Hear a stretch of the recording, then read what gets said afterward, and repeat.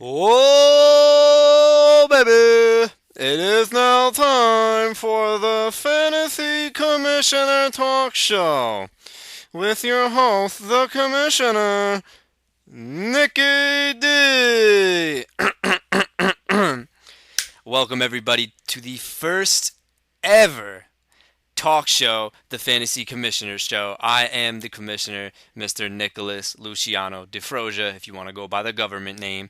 Um, Very, very special guest, my first guest for this show. And by the way, this will be before the week of the podcast. So the podcast will come once every 2 weeks, whereas this is, right before that as well. So once every 2 weeks as well.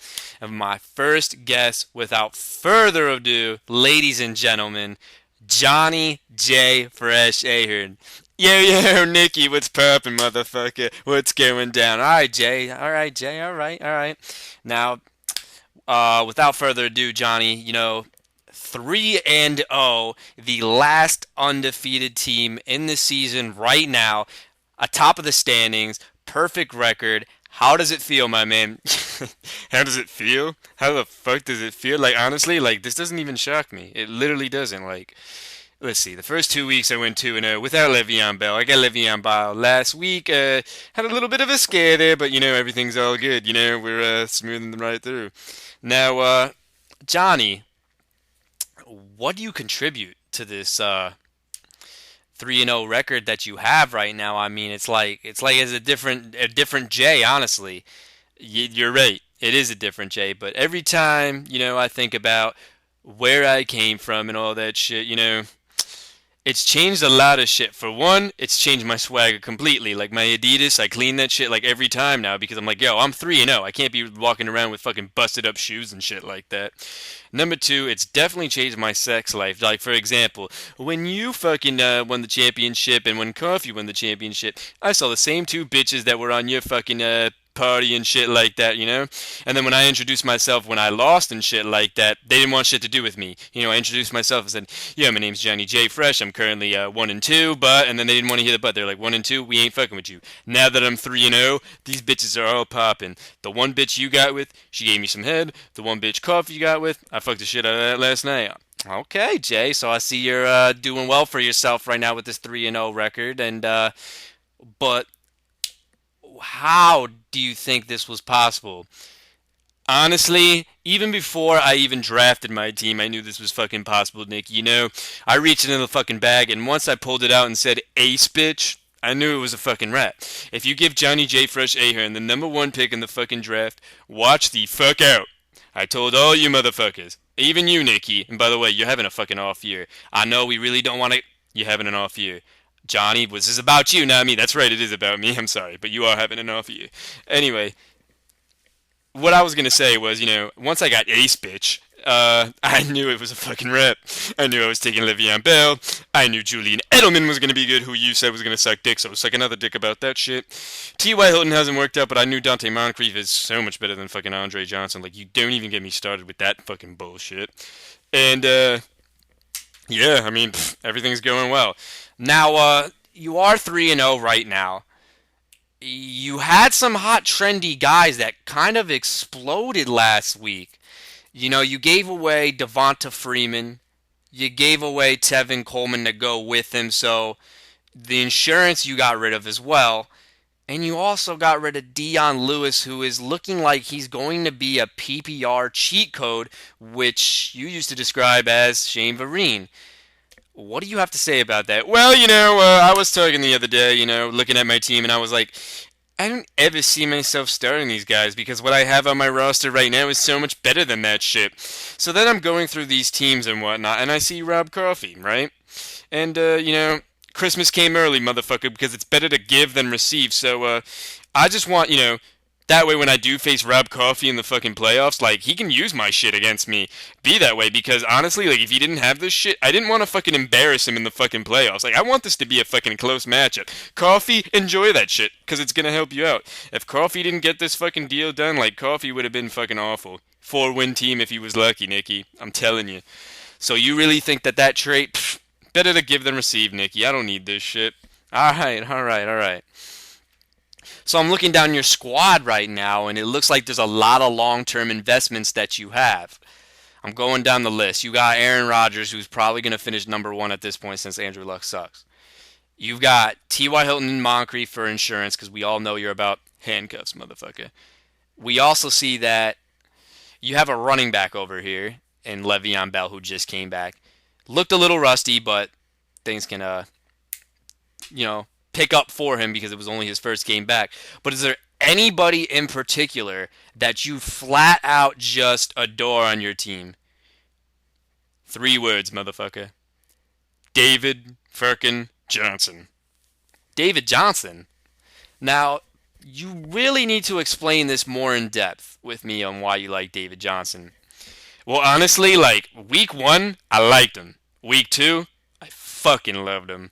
So, anyway, I'm watching these highlights. I'm working at the breeze, fucking a bitch in the back. I get out, looking at the TV, and I see a kickoff return, and I'm like, oh my god. All of a sudden, I jizzed in my pants, and I said, return yards, bitch. Because honestly, I didn't even know David Johnson was on return yards. The fact of the matter is, in a Bruce Arians offense, running back, plays behind fucking bum-ass Ellington, and return yards? Oh my god. I just jizzed in my pants. So immediately, I asked my boss, I said, yo, I really need to take this call right now. I go outside. I get in touch with David Johnson's agent. I said, yo, what's up? This is Jay.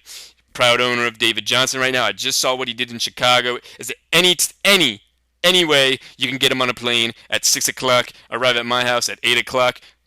Any fucking way. I know it's not possible in a plane time, but can you make it happen? The agent says, yes. I said, thank you. Goodbye. He says, yes. So, you know, I'm waiting at my door, and what do you know? David Johnson shows up. Whoa, whoa, whoa, whoa, whoa, whoa, whoa, whoa. You mean to tell me that David Johnson, from his game in Chicago, flies out and goes to your freaking house the same night? Nikki, I wouldn't fucking lie to you. He came at my door.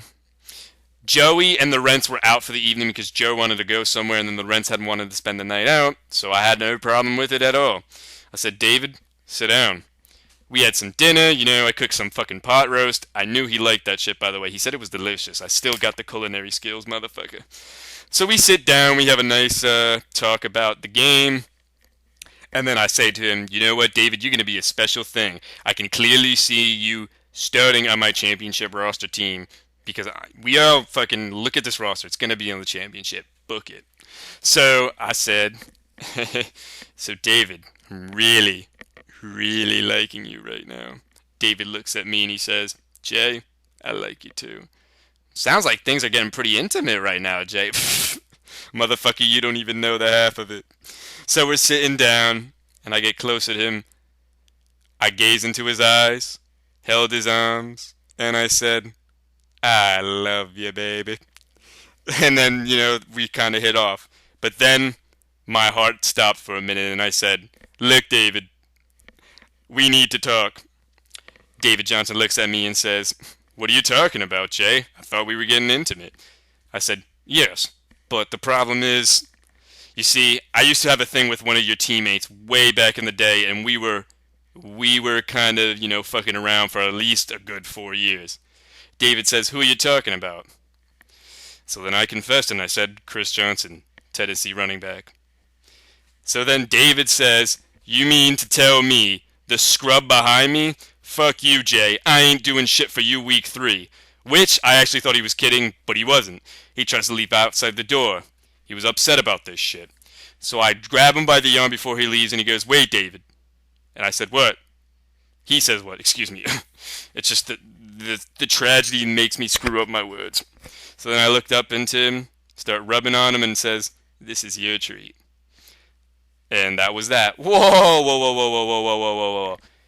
You mean to tell me that was it? He goes out the door and you start rubbing on him and that's it and he just walks out? Come on, Jay. We all know that this really didn't be the end of the story. Come on, what happened? Did we fuck? No. Did I give him a blowjob? Yes. Okay, Jay. All right. All right, Johnny. Thank you for that story. I'm pretty sure that everybody in the league is going to enjoy that one. But yeah. But anyway, Nikki, Ellington's back. He'll be out in 2 weeks, and then Chris Johnson can go suck a dick again. Anyway, Thanks. So, is there anything that worries you? I know you're 2-0, excuse me, 3-0 right now because we are hitting into week 4. Is there any team in your division that's looking pretty stacked when the last place team has a winning record at 2-1? Is there anything that worries you a little bit? Let's see. Paul, no. Get the hell out of here with that shit. Matt Morris took care of him week 1. I'll do it again later in the season. David, however, now that's a good team. Now, let's get it straight.